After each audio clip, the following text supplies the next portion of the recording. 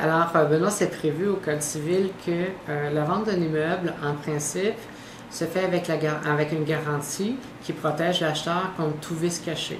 Bon, la notion de vice caché pourrait carrément faire l'objet d'une autre capsule. Mais en gros, ce qu'il faut retenir, c'est à moins qu'il y ait eu une négociation contraire, une vente est en principe toujours avec garantie légale, donc avec une protection contre l'acheteur, contre tout vice caché.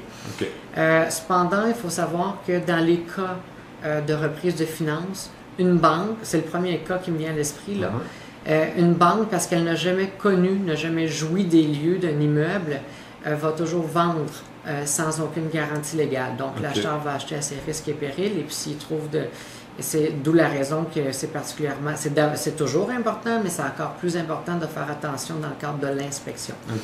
Le deuxième cas de figure, c'est dans les cas où est-ce que l'immeuble est vendu suite à un décès.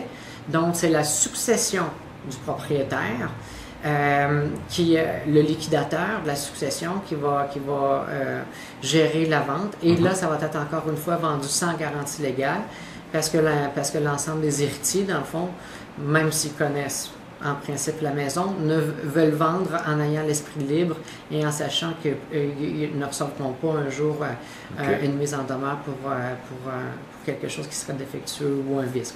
Donc ça serait les deux, on va dire, les deux cas les plus fréquents. Les deux cas les plus fréquents lors d'une succession et puis une reprise de finances.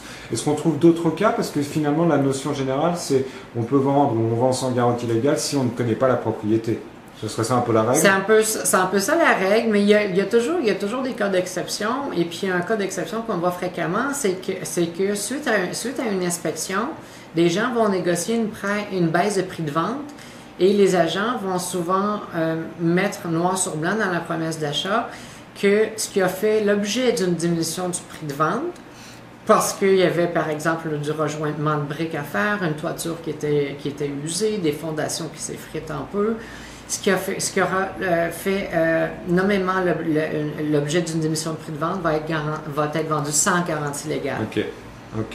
Donc ça sera un peu les trois cas principaux qu'on retrouve. Là. Oui, il n'y a rien qui interdit non plus à un vendeur de publiciser et de vendre sans garantie légale, mais j'aurais tendance à croire, et c'est seulement une opinion personnelle, que ça éveille des soupçons. C'est ça. Parce que la pratique, c'est de vendre avec garantie.